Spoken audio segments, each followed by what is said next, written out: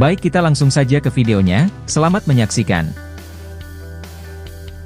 Anafilaktik merupakan jenis shock distributive adalah hasil dari reaksi hipersensitivitas segera.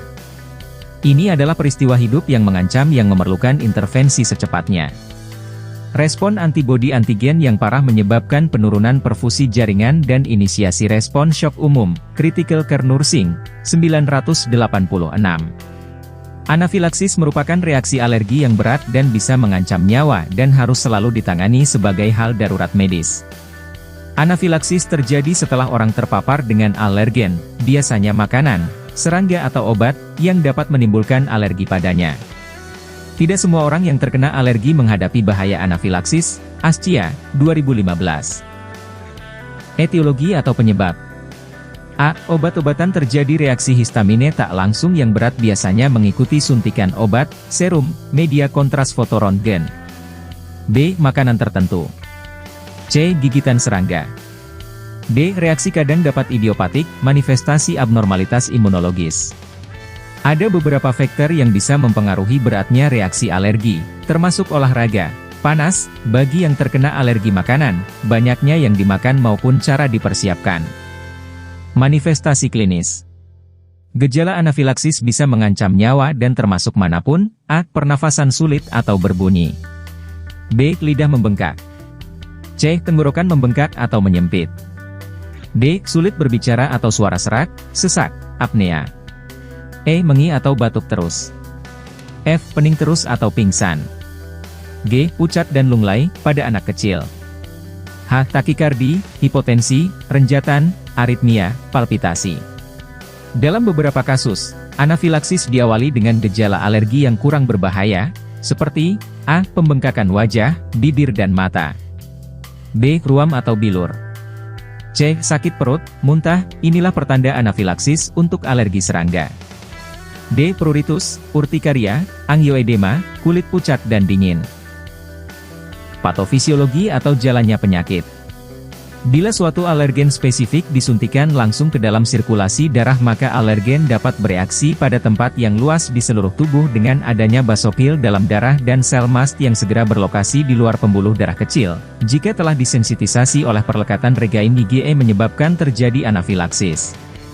Histamin yang dilepaskan dalam sirkulasi menimbulkan vasodilatasi perifer menyeluruh. Peningkatan permeabilitas kapiler menyebabkan terjadi kehilangan banyak plasma dari sirkulasi maka dalam beberapa menit dapat meninggal akibat syok sirkulasi.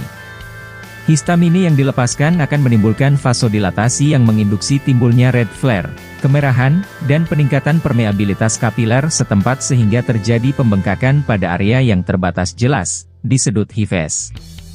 Urtikaria muncul akibat masuknya antigen ke area kulit yang spesifik dan menimbulkan reaksi setempat.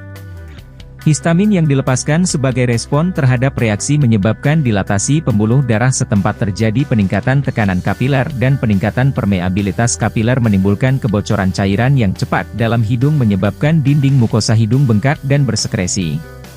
Penata laksanaan atau pengobatan. A. Memerlukan tindakan cepat, diutamakan dengan pemberian adrenalin sesegera mungkin.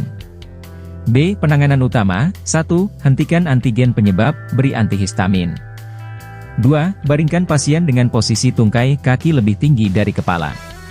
3. Pemberian adrenalin 1/1000, 1 mg/ml. 4. Segera diberiin dosis 0,3 hingga 0,5 ml pada otot deltoideus, anak 0,01 mg/kg dapat diulang tiap 5 menit.